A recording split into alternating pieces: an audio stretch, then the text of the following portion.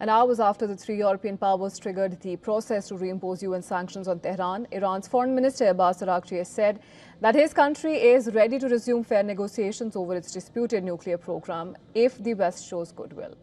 Well, Araghchi reaffirmed Iran's readiness to resume diplomatic negotiations on the condition that the other parties demonstrate seriousness and refrain from actions that could undermine the chances of success. France, Britain and Germany on Thursday triggered a mechanism to reimpose sanctions on Iran for failing to comply with commitments over its nuclear program it agreed to a decade ago. Now, the move comes as a window for triggering the so-called snapback mechanism, which closes on October 18th.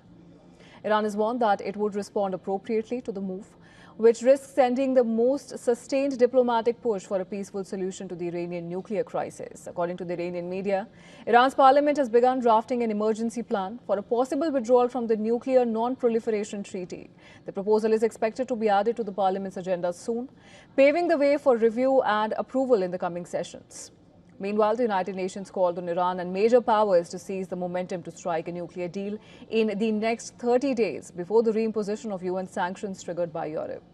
Now, German Foreign Minister Johann Wadephul called on Iran to engage in diplomacy, arguing that the European countries repeatedly sought dialogue with Tehran, but it consistently rejected them.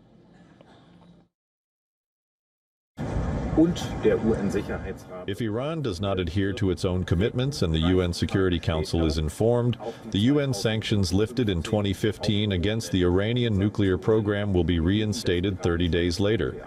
We have initiated this process today. U.S. Secretary of State Marco Rubio said that Washington remains open for direct engagement with Iran in an effort to reach a lasting resolution. He added that snapback does not contradict Washington's earnest readiness for diplomacy, rather it reinforces it. Furthermore, the UN Security Council, where France and Britain as well as the United States have permanent seats alongside China and Russia, is reportedly set to hold a meeting today to discuss the matter.